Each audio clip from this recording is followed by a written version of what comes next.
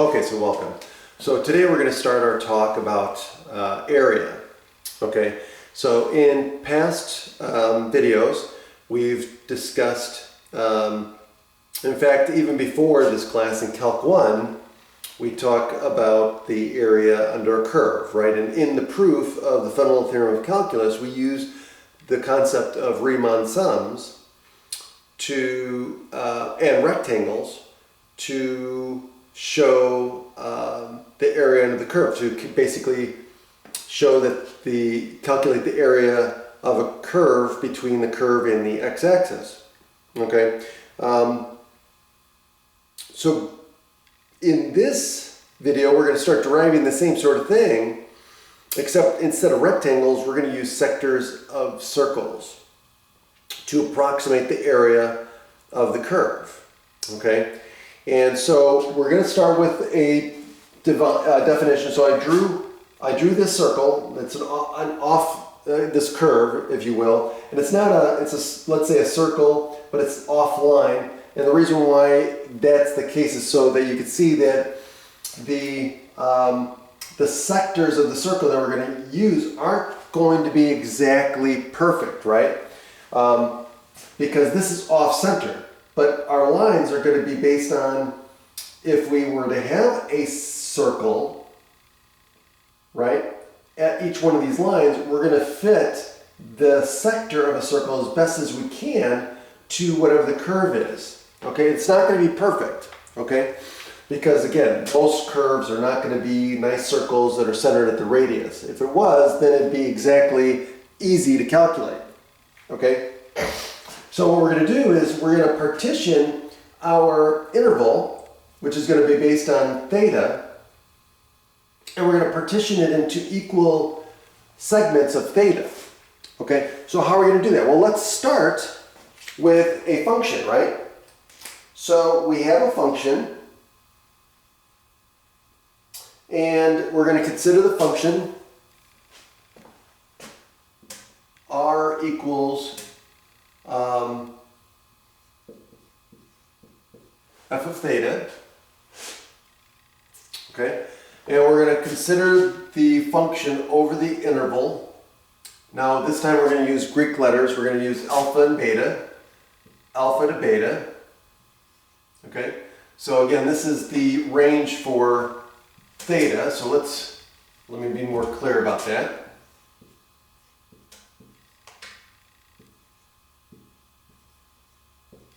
Okay, so that's the setup, okay?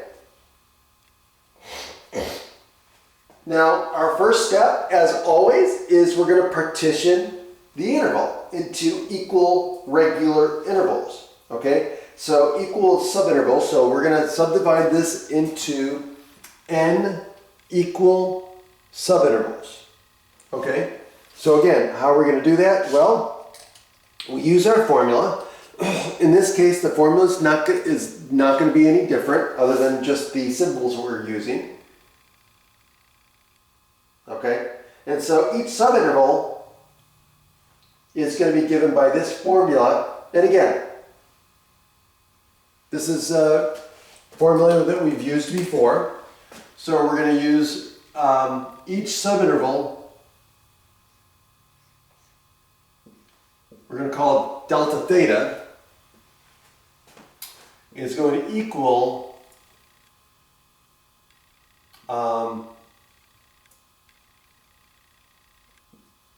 beta minus alpha divided by n. Okay? So that's going to give us the width of each subinterval.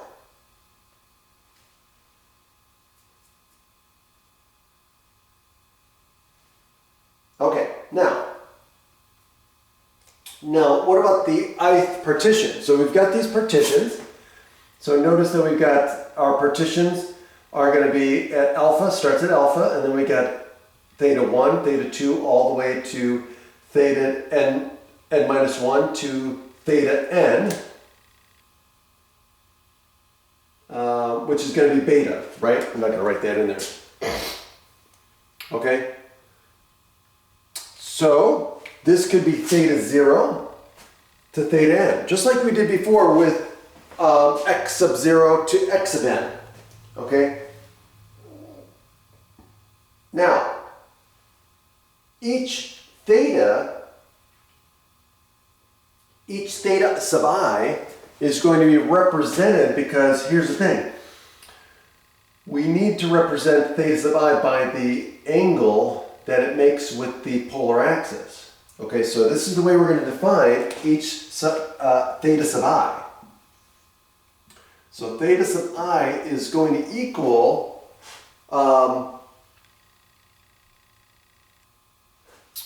alpha, right? We have our starting point, alpha plus I times theta. Okay, so we have our starting point, right? And we're going to add some multiple of theta, right? So again, theta is equal width, right? So to get the ith theta, we're going to start with our alpha, and then we're going to add a multiple of theta to get to the ith theta. Okay, and that's the way we're defining it. Okay, now each partition point is defines a line, right? So each partition point here, like for example, so this line here, okay? So, and then we have theta 1, which represents this partition line. And then theta 2 represents this partition line. And so that's the way we're partitioning the curve into sectors, okay? So each one of these lines represents, right, each one of these partitions for theta sub I, represents a line. And the slope of that line, again, remember, the slope of that line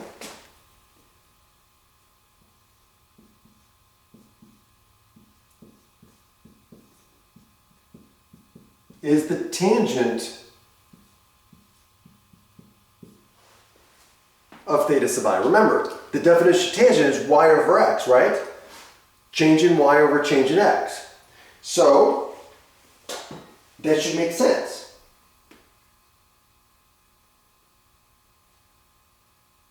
Okay, now, so again, this represents the slope of the line, right? Represented by each partition that goes through the pole, right? Okay, so that's going to be important.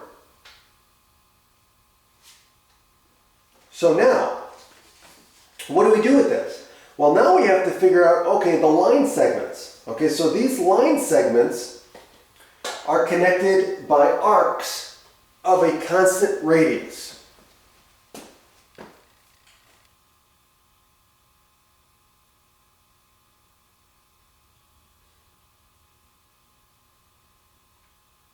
Okay, let me repeat that. So all of these sectors, or all these line segments, are connected by arcs of a constant radius. So this arc here, all these arcs are connecting the line segments, and each arc has a constant radius of r. Okay? So if that's the case, then we can define these sectors, and we can calculate the area of each one of these sectors by using a geometric formula. Okay? And each one of these sectors can be used to approximate the area between the successive line segments, right? So for example, I can use, so from here, okay, so for alpha, from alpha to this one, for this sector, we've got this arc, right, that represents a radius of r, right?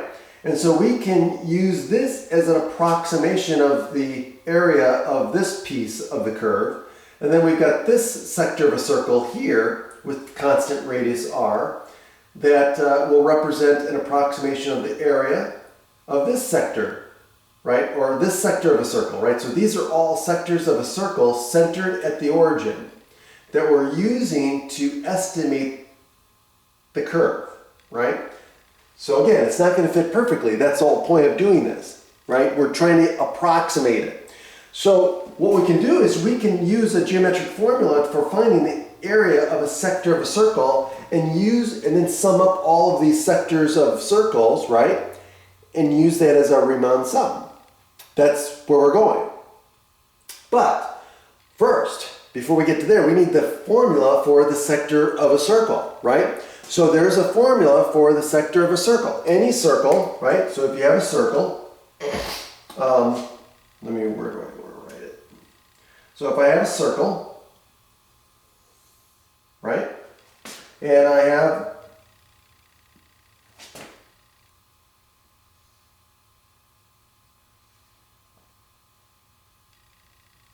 a sector of that circle. No, that's not very good. It's not very centered. Well, let me try that again.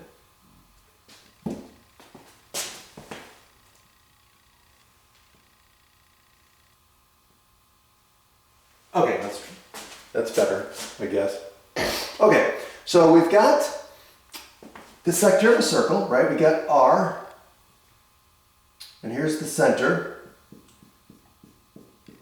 And we want the area of that sector of a circle. Well, okay, so let's just derive this, right? Okay, so what is the area of a circle? We know the area of a circle, right? Or you should, right? The area of a circle is equal to pi r squared. Okay?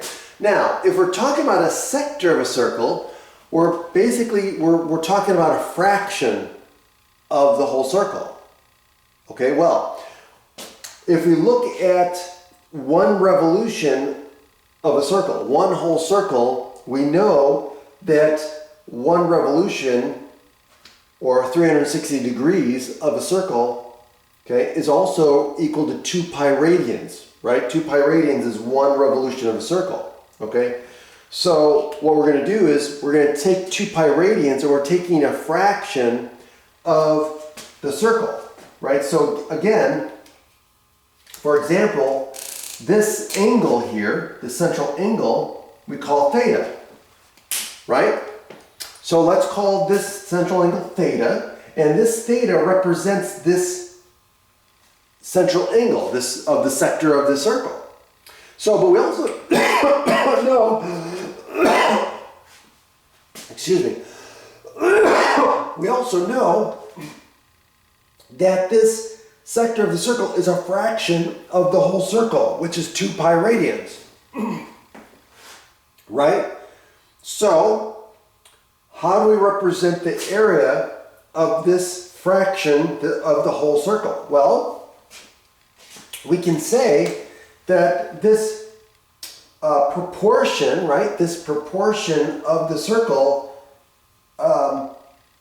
that's represented by this sector is going to be what? Theta over 2 pi, right? That's really what we're doing, right? So this fraction here represents this proportion, this portion of the whole circle, right? Because what we're doing is we're taking the angle of this sector, dividing it by the total area, or not the area, but the total the total revolution of a circle. Okay, one revolution. So it's going to be a fraction of the whole circle. So all we have to do is take this and put it into our formula.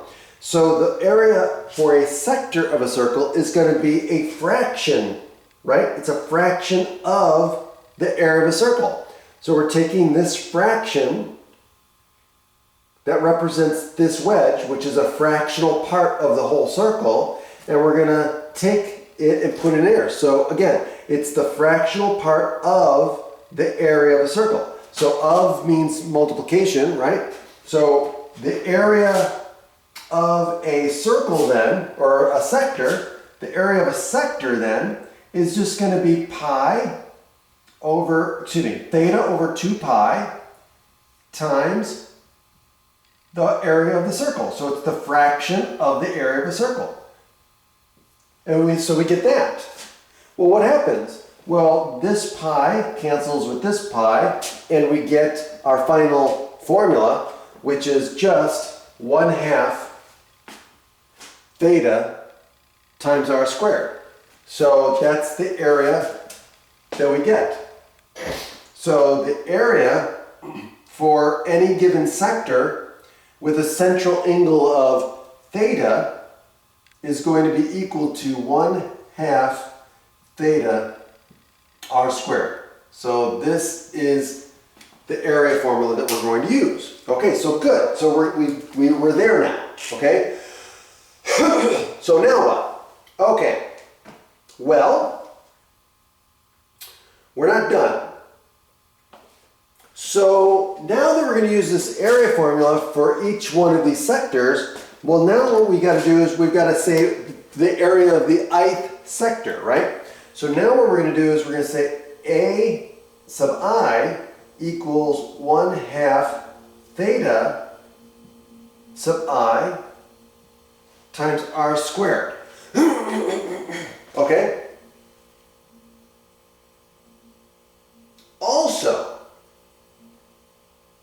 okay,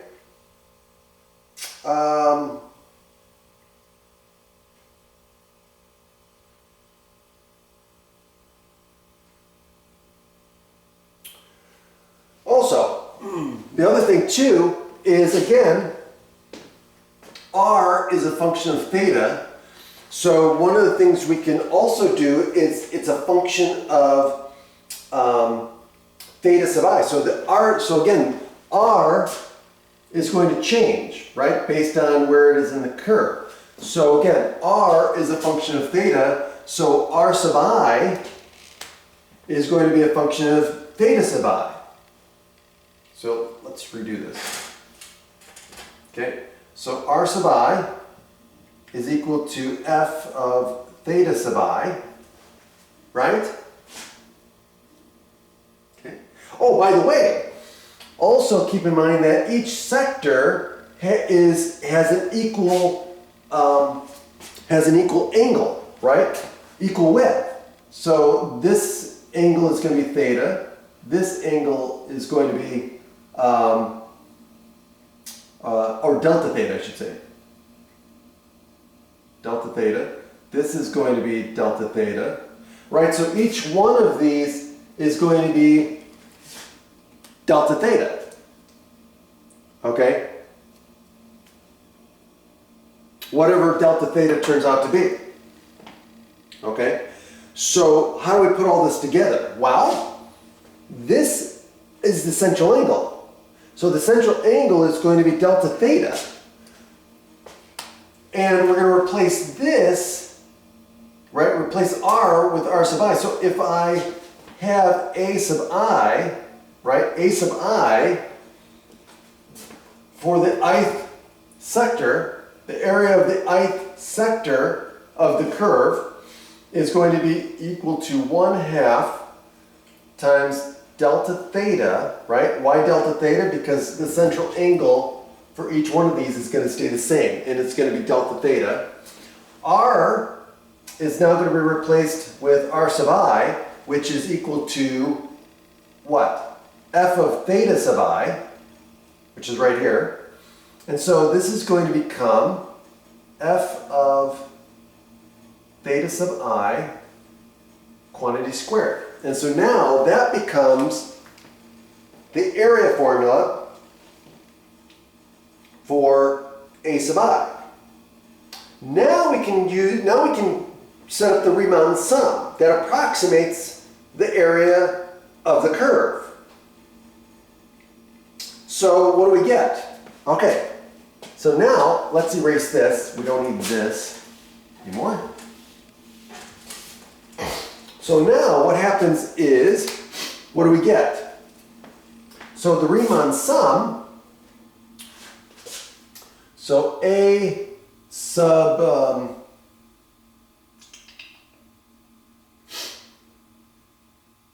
A. So we'll say A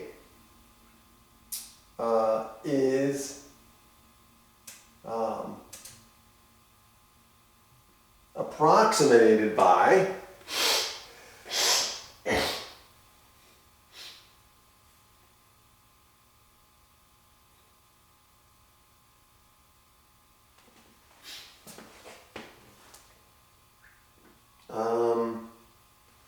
or actually no, a sub n. Oh, no, sorry. So a sub n equals, okay?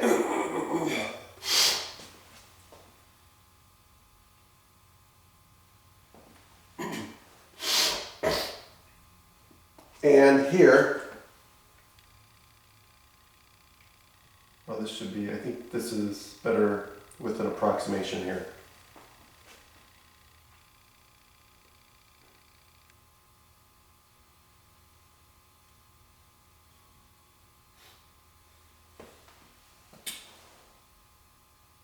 So now a sub n equals the summation. So here's our Riemann sum. So for I equals 1n of a sub I. Okay?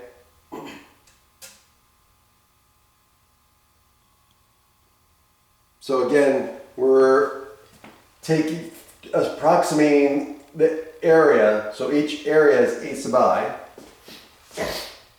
And we're approximating each area given for this. So this summation is going to be approximately equal to the summation as I equals 1 to n of what? Of 1/2 delta theta times f of theta sub I quantity squared. Okay, and so there's our Riemann sum. Now, as you should see, now what we're going to do is take the limit of this thing, right? So what do we get? We get a, so if we put this all together, we get a as we take the limit as n approaches infinity. What do we get? We get a equals the limit as n approaches infinity of the summation of 1/2 delta theta of f of theta sub I squared. And so, oops, I equals 1 to n. There we go. So what happens to this? Well, the 1/2 comes out. The delta theta we can put at the end. We know what that happened. That becomes d theta, and then the theta sub I just becomes theta, right? Because as the partitions get more and more and more, the angles get smaller and smaller and smaller, and so we end up getting our theta just becomes, theta sub I just becomes theta. So this equals, and our summation here becomes the new integral, the elongated s for sum. And so we get from alpha to beta, and we get 1/2. In fact, the 1/2 can come out. So 1/2 f of theta quantity squared. Oops, not dx. D theta. And so there is the formula for finding the area of a polar curve. And so in the next video, I'm gonna put together the theorem and just go over the theorem, and then we'll jump in and do some examples. Have a great day.